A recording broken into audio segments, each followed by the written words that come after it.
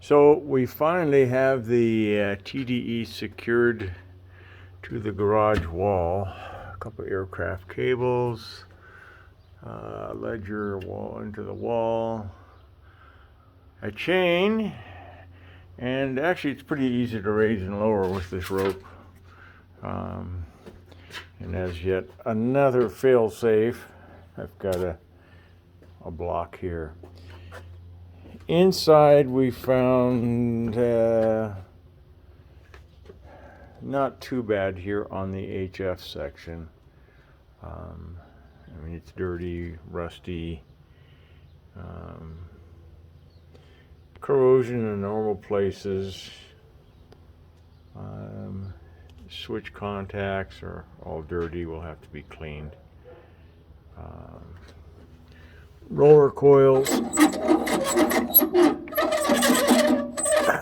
have to clean all those off. It'll be tricky getting into some of these.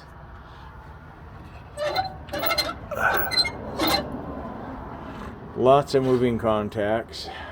Yeah, the rust that Tom had told me about, yeah, it seems to have collected in all these places where water collected at some time in its life.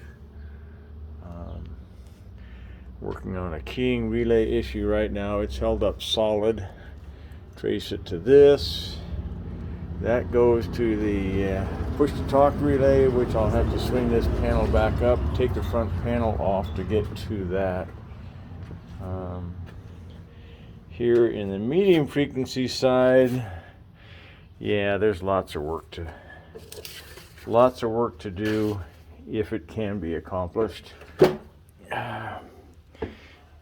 You can see the wiring in this thing is pretty robust.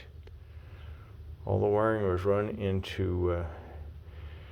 through lead tubing and nicely dressed into place. But here again, the water managed to get into some places. The worst being, let's see if we can even see it from here. There it is there. This was obvious. Looks like it's a bathtub cap and a resistor to ground. I still don't know where in circuit that is. There's some rat damage on wires that were chewed up, but not too much. Bigger issue, which we knew about, was the tune calibrate operate switch here.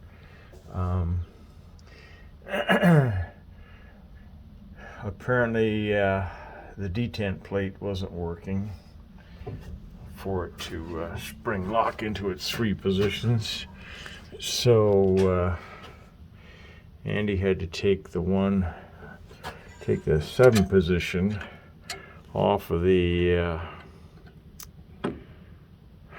loading capacitor switch, which used to switch in and out this bank of caps. So I had to cut the leads on that to get to it, and then took off the mechanical shaft plus the spring-loaded detents that lock it into the positions to line up with the contact arrangement.